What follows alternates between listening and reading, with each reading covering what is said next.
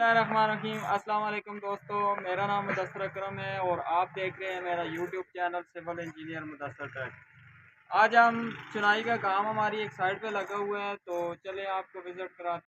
Channel पे new हैं तो चैनल सब्सक्राइब कर लें। कुछ दिन पहले हमने इस काम की वीडियो अपलोड की थी।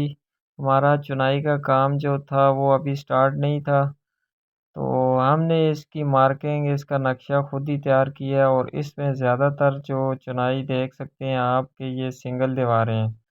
तो सिंगल दीवारें जब भी आपने लगानी है तो मसाला सीमेंट की क्वांटिटी जो है वो तेज़ रखनी है और इंतहाई नफासत के साथ इसमें काम करना है आपने।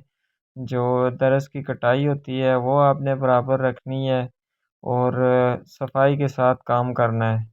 हमारी जो है फ्रंट साइड जो है चुनाई की बिल्कुल क्लियर है और बैक साइड जो होती है हमेशा रफ होती है। तो हमारी कोशिश होती है बैक साइड भी हमारी जो है वो साफ़ ही होनी चाहिए।